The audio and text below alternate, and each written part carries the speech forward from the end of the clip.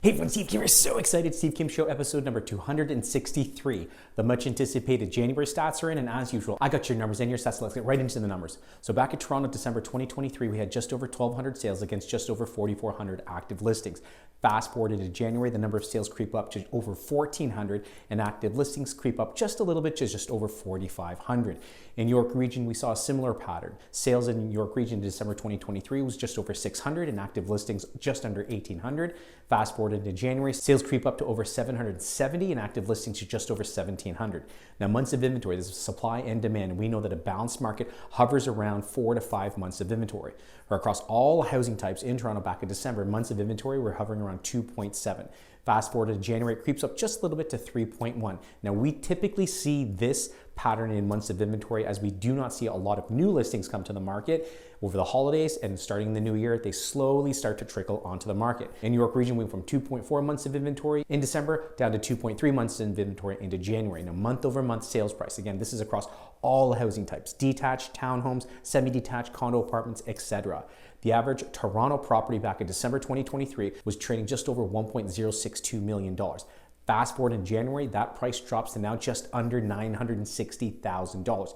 Now, let me qualify that number for you before you start screaming to the mountaintops that home prices are dropping, is that we saw a large segment of properties under $1 million fuel a lot of the sales in January in Toronto.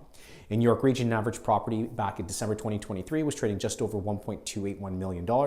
Fast forward into January 2024, is now trading just over $1.21 million. Now, the year-over-year price change, this is really an important number to pay attention to.